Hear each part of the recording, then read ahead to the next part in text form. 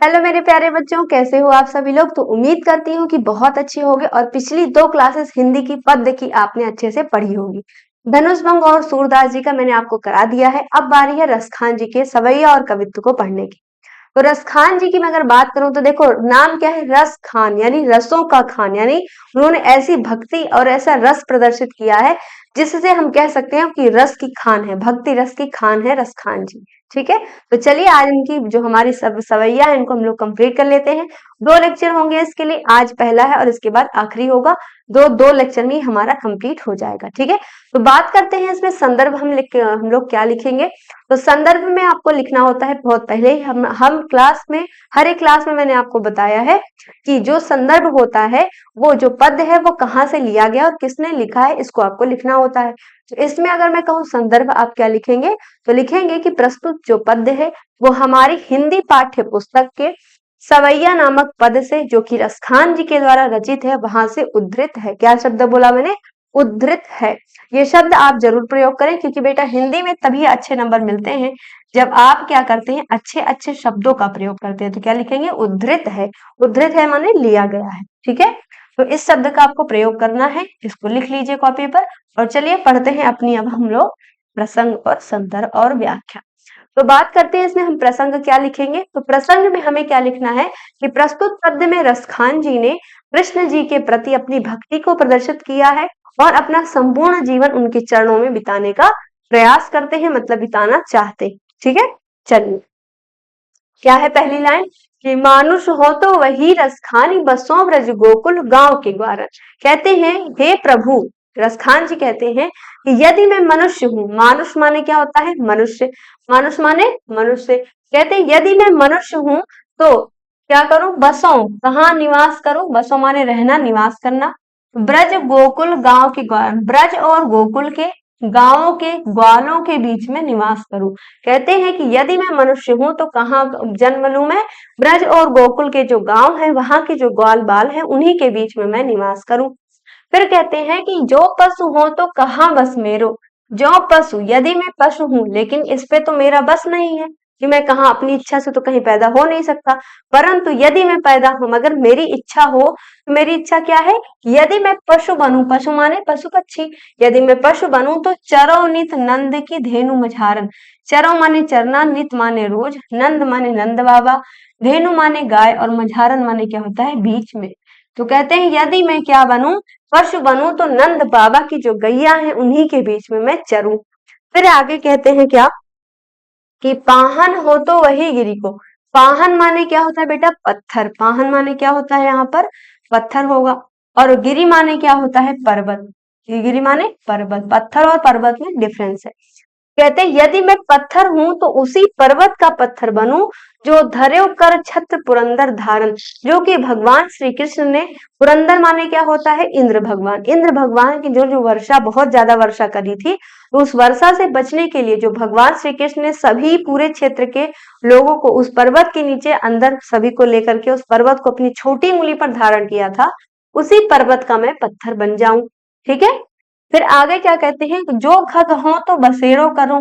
खग माने क्या होता है, पक्षी, खग माने पक्षी। यदि मैं पक्षी बनूं तो कहाँ बसेरा लूं, अपना बसेरा, बसेरो करूं, बसेरा लूं। कहाँ पर लूं, मिली कालिंदी कूल कदम्ब की डारन। कालिंदी माने क्या होगा, यमुना जी, यमुना जी की पर्यायवाची पता चल गई, क्या होता है, कालिंदी।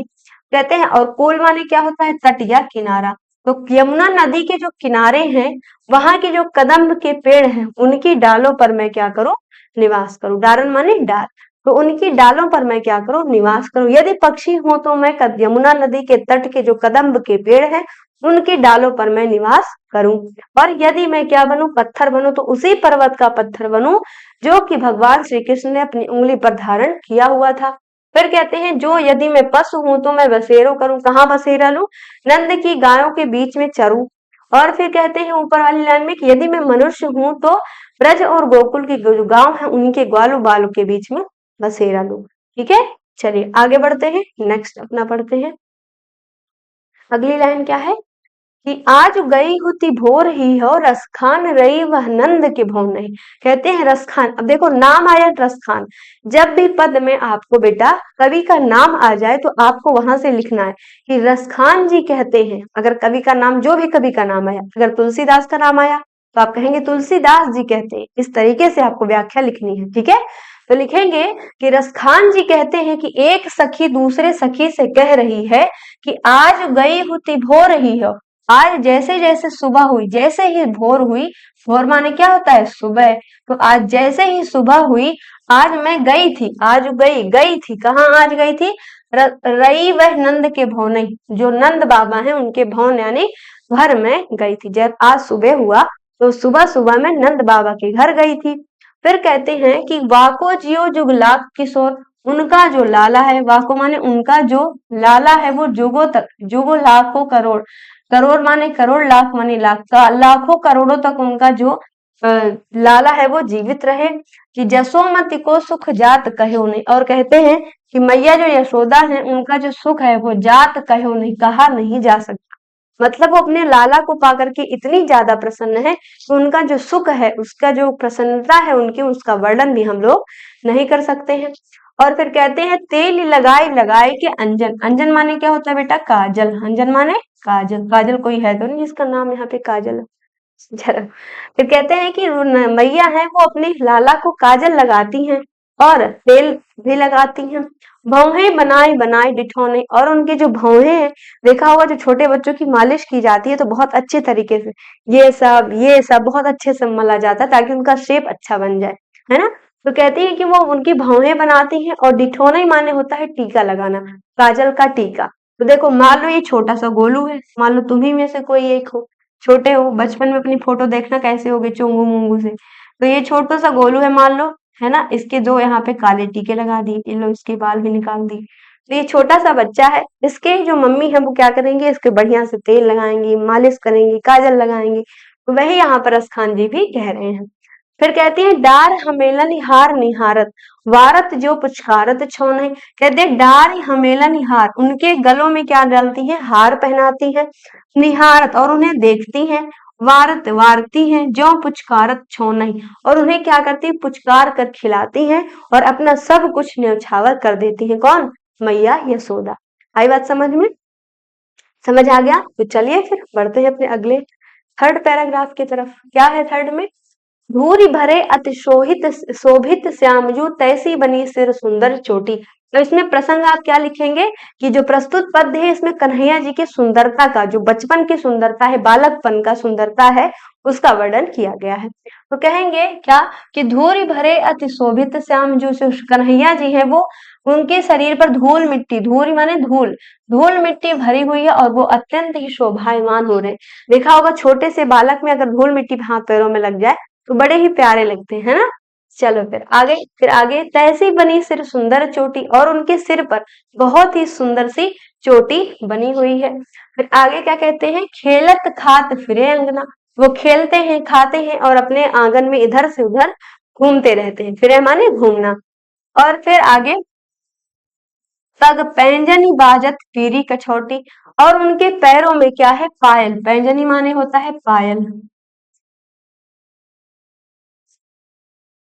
देखो एक गाना भी इस पे है ना कि छुम छुम छना नाना बाजे मैया पाओ पैजनिया, है ना ये गाना।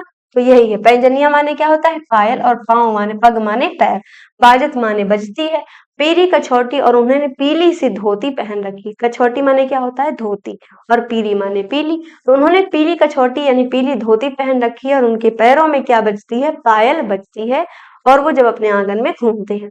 कहते हैं वाह छवि को रसखान बिलोकत। अब देखो कवि का नाम आ गया रसखान, तो बोलेंगे अब कि रसखान जी कहते हैं, क्या कहेंगे, रसखान जी कहते हैं कि वाह छवि को विलोकत, मतलब उस छवि को देख करके, विलोकन माने देखना, उस छवि को देख करके वारत काम कला निज कोटि, वारत माने न्यौछावर कर देते हैं, वार देते हैं, काम माने कामदेव, कला माने कला, निज माने अपनी, कोटि माने करोड़ों। कहते हैं कि जो उस छवि को देख करके कामदेव भी अपनी संपूर्ण कला को करोड़ों बार, कोटि माने क्या होता है, करोड़, कहते हैं ना लाखों करोड़ों में एक, वही तो कन्हैया जी हमारे थे। तो कहते हैं कि वो उसकी जो उनकी जो छवि है उसको देख करके कामदेव भी अपनी संपूर्ण कलाओं को करोड़ों बार न्यौछावर कर देते हैं। फिर कहते हैं काग के भाग बड़े सजनी। काग माने यहाँ पे क्या है बेटा? कौवा। काग माने क्या होता है? कौवा होता है। तो कहते हैं कि जो कौवा है उसके भी भाग्य कितने अच्छे, भाग माने भाग्य, उसके भाग्य कितने बड़े हैं, कितने अच्छे हैं कि हरि हाथ सो ले गयो माखन रोटी। कहते हैं कि वो जो हरि है माने कृष्ण जी हैं, उनके हाथ से माखन रोटी लेकर चला गया।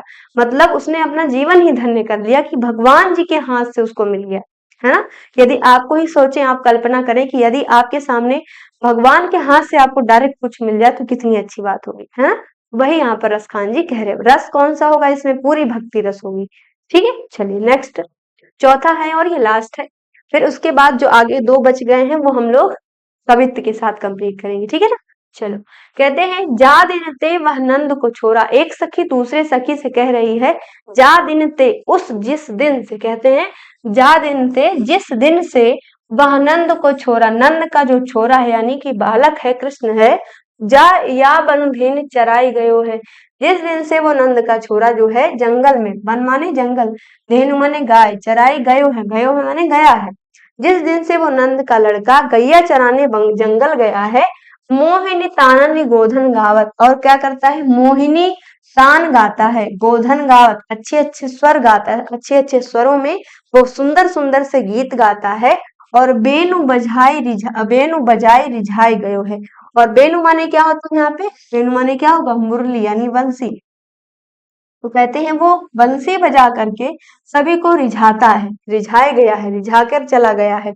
वह दिन सो कछु टोना सो गए, उस दिन से उसने कुछ ऐसा टोना सा कर दिया है कि रसखान हिये में समाये गयो है। रसखान जी कहते हैं कि उस दिन से वो हमारे हिये माने हृदय, हृदय में समा सा गया है।